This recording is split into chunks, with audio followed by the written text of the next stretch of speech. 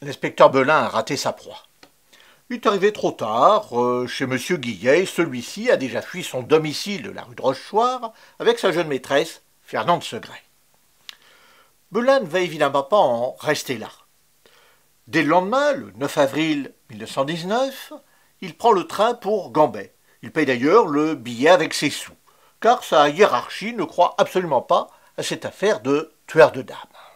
D'ailleurs, son supérieur, le commissaire d'hôtel, le surcharge de dossiers de cambriolage, histoire de le dissuader de continuer d'enquêter sur cette affaire rocambolesque de crimes impunis, d'un monsieur barbu séduisant des femmes afin de les dépouiller et de les faire disparaître.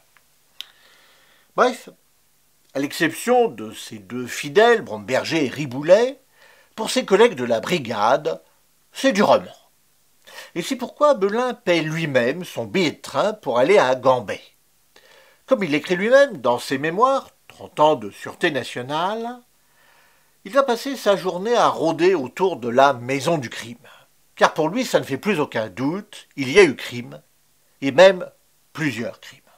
Il interroge les voisins et partout, c'est la même réponse. Monsieur Dupont, car c'est sous ce nom-là qu'on le connaît à Gambais, Monsieur Dupont ne fréquente personne, et même rares sont ceux et celles qui l'ont déjà vu. Il a loué la maison par correspondance et chaque mois il paye son terme par mandat poste. Bref, l'homme du mystère habite la maison du mystère. Dans ses mémoires, Belin raconte une anecdote inquiétante. On me signale qu'il est venu une dernière fois, il y a de cela plusieurs semaines, accompagné d'une dame et de 3 jolis petits chiens. Il est reparti sans bruit, sans la femme, sans les chiens.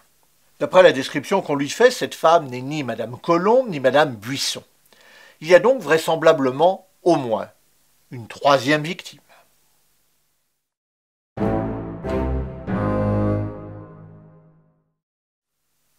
Nous sommes maintenant le 11 avril 1919. Depuis une semaine, Jules Belin passe régulièrement voir la concierge du 76 rue de Rochechouart. Il est même arrivé à l'amadouer car la coïncidence fait que Jules était également le prénom du défunt mari de la brave dame. Elle appelle donc l'inspecteur Monsieur Jules et discute volontiers avec lui. Et tous les jours, c'est la même réponse. « Ah ben non, monsieur Jules, il est toujours pas revenu, votre client. » Et Belin s'en va, s'occuper de ses autres enquêtes en cours, tout en pensant à Guillet, Dupont, Cuchet, Frémier. Mais ce soir du 11 avril 1919, la réponse de la concierge est différente. Je ne sais pas s'il y a du nouveau, monsieur Jules, mais ce que je peux vous dire, c'est qu'il a toujours la même barbe. Il est rentré avec sa dame tout à l'heure vers 19h. On imagine sans peine la joie de Belin qui se voit déjà passer les menottes à son barbu, les bracelets, comme on dit dans le métier. Et il est au comble de l'excitation. Mais, il est déjà pratiquement 11h du soir. Et en France, la police n'a pas le droit de pénétrer de nuit au domicile d'un particulier. Même quelqu'un qu'on soupçonne d'être un assassin. Belin va devoir attendre à nouveau 6h du matin, et même sans doute 8 ou 9h, car en 1919, il n'existe pas de permanence de nuit dans les brigades parisiennes. Belin se prépare donc à passer une nouvelle nuit sans sommeil pour surveiller son suspect.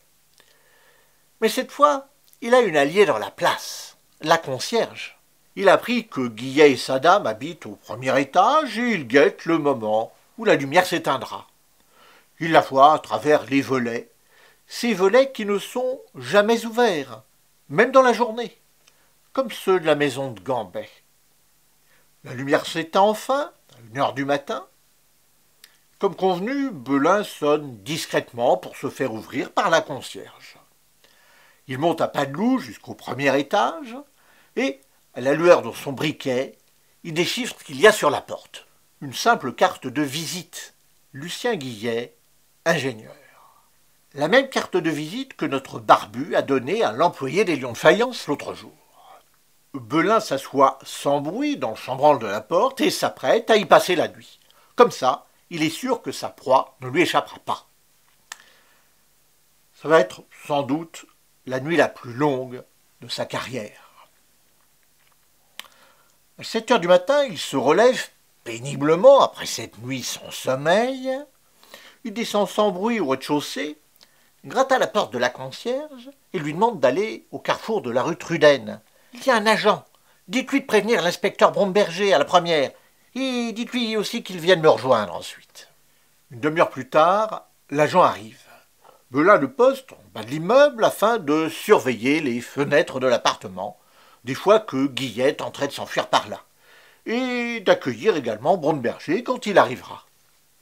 Et ce dernier arrive effectivement à 9h30. Tous deux montent au premier étage et frappent à la porte de l'ingénieur Guillet. Rien. Ils frappent plus fort, ils entendent des pas, puis une voix qui est là. Prudent, Belin répond « Je voudrais vous parler. Mais revenez plus tard, je ne suis pas levé. Mais c'est urgent, c'est au sujet de la voiture. Mais quelle voiture? Celle d'Étampes. » Il faut dire que Guillet avait fait passer une petite annonce dans le journal parce qu'il cherchait à acheter une voiture d'occasion. La clé tourne dans la serrure, la porte s'entrouvre prudemment, et les deux policiers entrent alors de force dans le domicile, maîtrisent son occupant qui proteste évidemment de son innocence. L'affaire Landru vient de commencer. Les deux hommes passent les menottes à celui qu'ils appellent encore Guillet. Ils descendent tous les trois les escaliers, hèlent un taxi, parce que les voitures sont encore rares, et la police n'en a pas beaucoup. Et donc tout ce petit monde se rend donc en taxi, rue Greffule, au siège de la police judiciaire. En effet, c'était qu'après la Seconde Guerre mondiale que la PJ déménagera au fameux 36 quai des Orfèvres.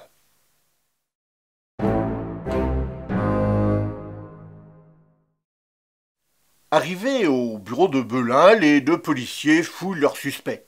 Ils trouvent quelques francs dans ses poches et un petit carnet avec quelques mentions sans importance. Mais surtout, bien caché dans la doublure de son paletot, ils trouvent un second carnet qui, lui, est particulièrement intéressant. Dès la première page, Belin y relève deux noms, Colomb et Buisson, des noms de famille des deux femmes disparues qu'il recherche depuis le début de l'enquête. Et puis, il y lit également d'autres noms de famille, Cuchet, Line, Crozatier, André, Barbelet, Jaume, Pascal, Marcandier, Héron. La page suivante attire également l'attention de Belin. Il s'agit d'une sorte de comptabilité, avec des notes soulignées à l'encre rouge et des dates, des précisions. Par exemple, à la date du 28 décembre 1918, 2 billets de métro aller-retour invalides et, plus inquiétant, 2 billets de train pour Houdan, 3 francs 75, 2 places dans la diligence pour aller de Houdan à Gambais, 2 francs 75, mais un seul retour à Houdan et un seul billet de train pour rentrer à Paris. Belin, Bromberger et Riboulet se relaient pour interroger celui qu'ils appellent encore Guillet. Mais celui-ci reste très calme, avec son pardessus soigneusement plié en deux sur ses genoux. Quand on lui demande son identité, il répète qu'il s'appelle Lucien Guillet et qu'il est ingénieur. Non, il n'a pas de papier d'identité, il avait juste un livret militaire, mais il ne l'a plus. Où est-il né? À Verdun. Il ajoute « Mon acte de naissance a été détruit en 1917 pendant un bombardement. » Pour le reste, le bonhomme reste calme. Étonnamment calme.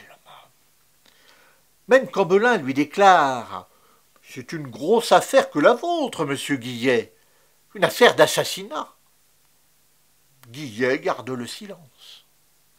Et quand Belin ajoute « Une affaire d'assassinat au pluriel, monsieur Guillet », celui-ci lui répond simplement « Alors il faudra mettre un 5e S à assassinat, monsieur l'inspecteur. » Voyant qu'il ne tirera pas grand-chose du bonhomme, Belin embarque le brigadier Riboulet pour aller fouiller l'appartement de la rue Rochechouart. Ils y restent 2 heures, mais sans trouver rien de vraiment décisif. Il y a bien une grande valise bourrée de factures et de documents soigneusement rangés, mais ça ne leur apprend pas grand-chose. Au moment de partir, cependant, Belin remarque un papier froissé par terre sur le plancher près d'un fauteuil. Il le ramasse, le déplie, il le lit. Et dessus, il y a un simple nom. Landru. Il fourre le papier dans sa poche, mais dans le taxi qui les ramène tous deux au siège de la sûreté, il ressort ce papier, il se dit qu'il va quand même regarder si, par hasard, il n'y aurait pas quelque chose au sommier à ce nom-là. Le sommier, c'est le surnom du fichier central de police qui rassemble les noms de tous les inculpés et condamnés sur le territoire français. Il n'y avait rien au nom de Lucien Guillet, pour cause, mais peut-être y aura-t-il quelque chose à celui de Landru. En moins d'une heure, les deux hommes trouvent la fiche concernant notre homme. Landru, Henri Désiré, né le 12 avril 1869 à Paris, dans le 19e. Et le bonhomme a déjà un beau CV. 8 condamnations différentes pour vol, abus de confiance, et surtout escroquerie au mariage. Escroquerie avec un S, comme pour assassinat. 2 condamnations en 1904, 3 en 1908 et 4 pour la seule année 1914. Les derniers doutes de Belin quant à la véritable identité de son suspect sont levés quand l'employé du sommier lui apporte une photo anthropométrique. Elle date de 1909, mais il a sous les yeux le visage de celui qui se fait appeler Lucien Guillet. Depuis 10 ans, il n'a pas changé du tout. Même barbe, même calvitie, et surtout, même regard. Ce regard que tous ceux et celles qui l'ont rencontré n'arrivent pas à oublier. Belin revient dans la salle d'interrogatoire, et rapidement, le ton change, celui de Belin, car Landru reste imperturbable, froid, courtois, sarcastique. Ce ton qu'il gardera tout au long des 2 ans que va durer l'instruction, qu'il gardera aussi pendant le procès, et même jusqu'à son exécution.